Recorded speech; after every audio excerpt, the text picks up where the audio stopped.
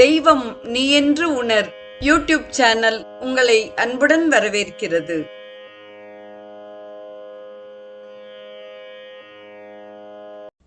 வாழிய செந்தமிழ் அன்பு நிறை உள்ளங்களுக்கு அன்பார்ந்த வணக்கங்கள். வாழ்ந்து காட்டிய வள்ளல்கள் வரிசையில் சுவாமி சிவானந்தரின் வாழ்க்கை வரலாற்றை தொடர்ந்து அவர் எழுதிய ஹிந்து விரதங்களும் விழாக்களும் என்ற நூலில் விக்கிரக வழிபாட்டின் தத்துவம் பகுதி 2 நாம் சிந்திக்க இருக்கிறோம். முதலில் கடவுளின் அறிகுறி குறித்து நம் குருதேவர் கூறும் செய்தியை சிந்திப்போம். விக்கிரகம் ஓர் அறிகுறி அல்லது குறியீடு. கல்லோ மரமோ உலோகமோ கோவிலில் உள்ள விக்கிரகம் இறைவனை குறிப்பதால் ஒரு பக்தனுக்கு மிகவும் மதிப்புடையதாகிறது. அவன் புனிதமாக மேலாக மதிக்கும் ஒன்றை அது குறிக்கிறது. கொடி வெறும் ஒரு துணி என்றாலும் போர் வீரனுக்கு அது அவன் மிகவும் நேசிக்கும் ஒரு பொருளாகும்.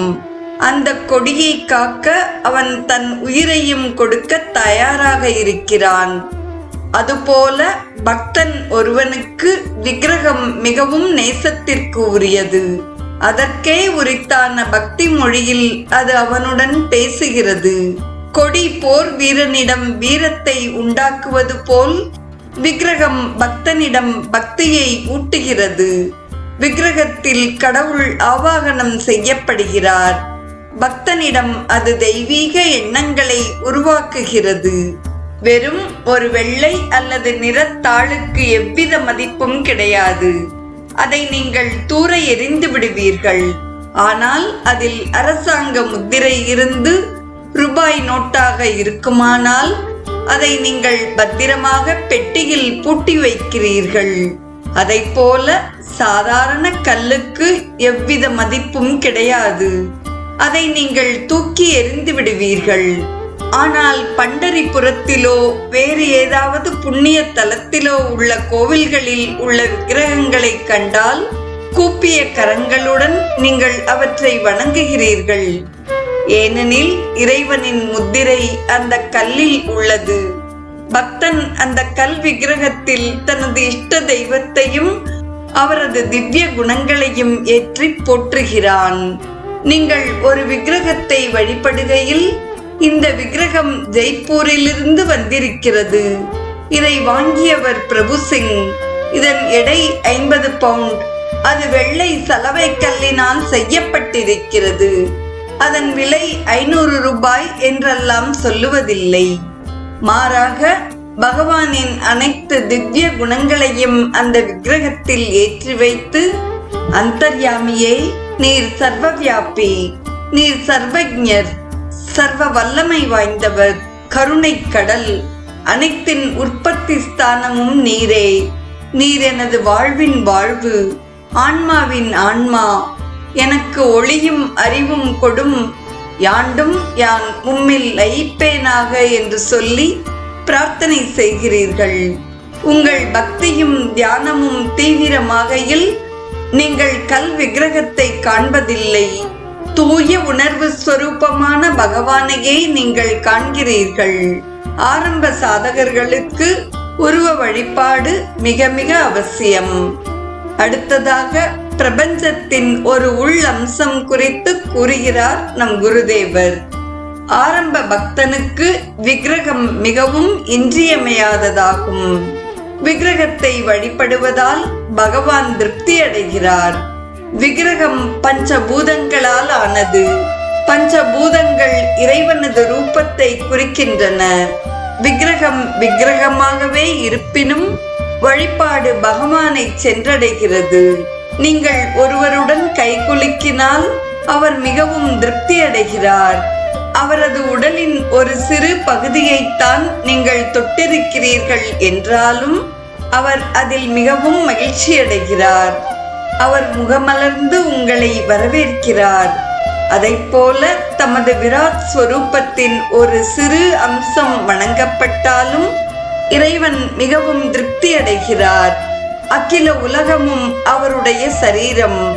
உங்களது பக்தி பரமனிடம் போகிறது. பக்தன் பகவானையும் அவரது திவ்ய குணங்களையும் விக்கிரகத்தில் பதிப்பிக்கிறான். அவன் 16 வகையில் பகவானை வழிபடுகிறான்.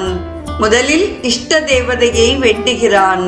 பிறகு ஆசனம் அளிக்கப்படுகிறது, பாதங்கள் கழுவப்படுகின்றன, தண்ணீர் கொடுக்கப்படுகிறது, உபச்சாரம் நிகழ்கிறது, விக்கிரகம் நீராட்டப்படுகிறது, ஆடை உடுத்தி பூணூல் அணிவிக்கப்படுகிறது, அதன் நெற்றியில் சந்தனம் சாத்தப்படுகிறது, மலர்களால் அர்ச்சிக்கப்பட்டு தூபம் காட்டப்படுகிறது.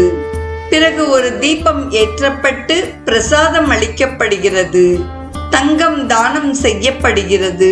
கடைசியில் 16வது வகையாக தெய்வத்திடம் விடைபெறப்படுகிறது.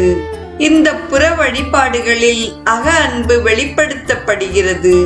அலையும் மனம் இத்தகைய வழிபாட்டில் நிலைநிறுத்தப்படுகிறது. படிப்படியாக பக்தன் இறைவனது அருகாமையை உணர்கிறான். அவனது இதயம் தூய்மை அடைகிறது. மெதுவாக அவனது ஆணவம் இல்லாததாகிறது. உருவத்தில் நம்பிக்கை உள்ள பக்தனுக்கு அது கல், களிமண், வெண்கலம் எதில் செய்யப்பட்டிருந்தாலும், அது வெறும் படமோ ஓவியமோ ஆனாலும், எந்த உருவமும் பகவானின் உருவகமே.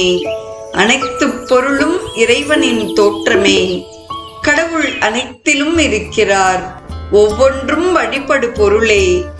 ஏனெனில் அவை அனைத்தும் வழிபாட்டிற்குரிய இறைவனின் தோற்றமே ஆகும்.